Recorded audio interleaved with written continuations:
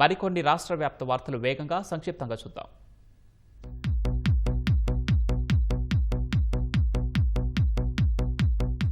ప్రతి ఇంటికి అభివృద్ధి సంక్షేమ ఫలాలు అందించడమే కూటమి ప్రభుత్వ లక్ష్యమని మంత్రి అచ్చెన్నాయుడు అన్నారు. శ్రీకాకుళం జిల్లా కోటబొమ్మాలిలో ఇంటింటికి తెలుగుదేశం కార్యక్రమంలో ఆయన పాల్గొన్నారు. కూటమి పాలనపై ప్రజల అభిప్రాయాలను అడిగి తెలుసుకున్నారు.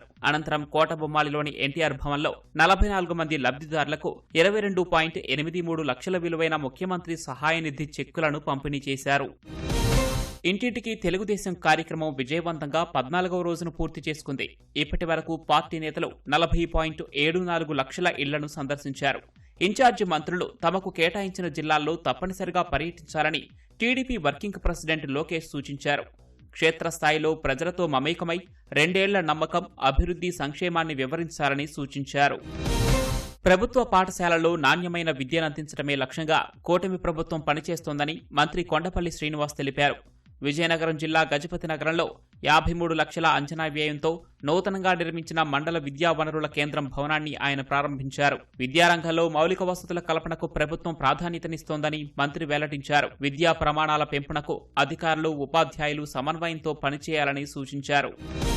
వైసీపీ హయాంలో అన్ని రంగాలు నిర్లక్ష్యానికి గురయ్యాయని కేంద్ర మంత్రి పెమ్మసాని చంద్రశేఖర్ మండిపడ్డారు. కూటమి ప్రభుత్వం అధికారంలోకి వచ్చిన తర్వాత సంక్షేమం, అభివృద్ధిని సమానంగా ముందుకు తీసుకువెళ్తున్నామన్నారు. గుంటూరు జిల్లా మేడికొండూరు మండలం సిరిపురంలో విద్యుత్ ఉప కేంద్రానికి ఆయన శంకుస్థాపన చేశారు. గ్రామంలో ఏర్పాటు చేసిన ఎన్టీఆర్ విగ్రహాన్ని ఆవిష్కరించారు. మార్కాపురం జిల్లా గిద్దలూరులో వైసీపీకి షాక్ తగిలింది.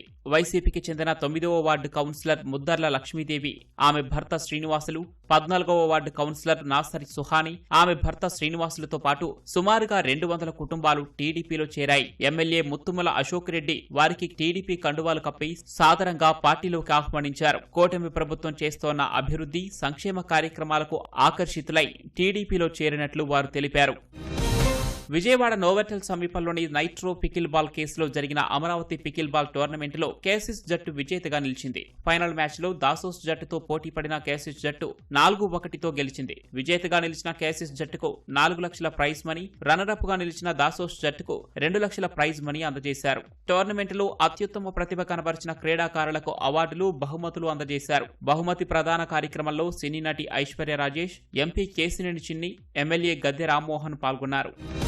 విశాఖ జిల్లా భీమునిపట్నం మండలం దాకమర్రి సమీపంలో ఉన్న జొన్నాడ టోల్గేట్ వద్ద లిక్విడ్ గంజాయిని పోలీసులు పట్టుకున్నారు. ఒడిశా నుంచి వస్తున్న కారులో లిక్విడ్ గంజాయి తరలిస్తున్నట్టు పోలీసులకు సమాచారం అందింది. ఈగల్ టీం, భీమిలి పోలీసులు సంయుక్తంగా తనిఖీలు చేపట్టి 900 గ్రాముల లిక్విడ్ గంజాయి కారు స్వాధీనం చేసుకున్నారు. గుంటూరు, విజయవాడ ప్రాంతాలకు చెందిన 3 యువకులు, ఓ యువతిని అదుపులోకి తీసుకున్నారు.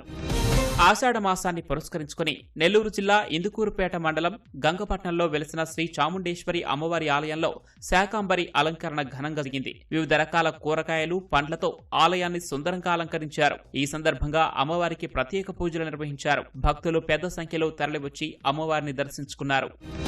ఆషాఢ మాసం సందర్భంగా డాక్టర్ బిఆర్ అంబేద్కర్ కోనసీమ జిల్లా పి గన్నవరం మండలం ఎర్రంశెట్టివారి పాలెంలో కొలువైన గ్రామదేవత వేగులమ్మ తల్లిని 7000 గాజులతో అలంకరించారు. రకరకాల రంగులతో కూడిన గాజులతో అమ్మవారిని సరికొత్తగా తీర్చిదిద్దారు. గాజులతో కొత్త రూపు సంతరించుకున్న వేగులమ్మ తల్లిని భక్తులు పెద్ద సంఖ్యలో తరలివచ్చి దర్శించుకున్నారు.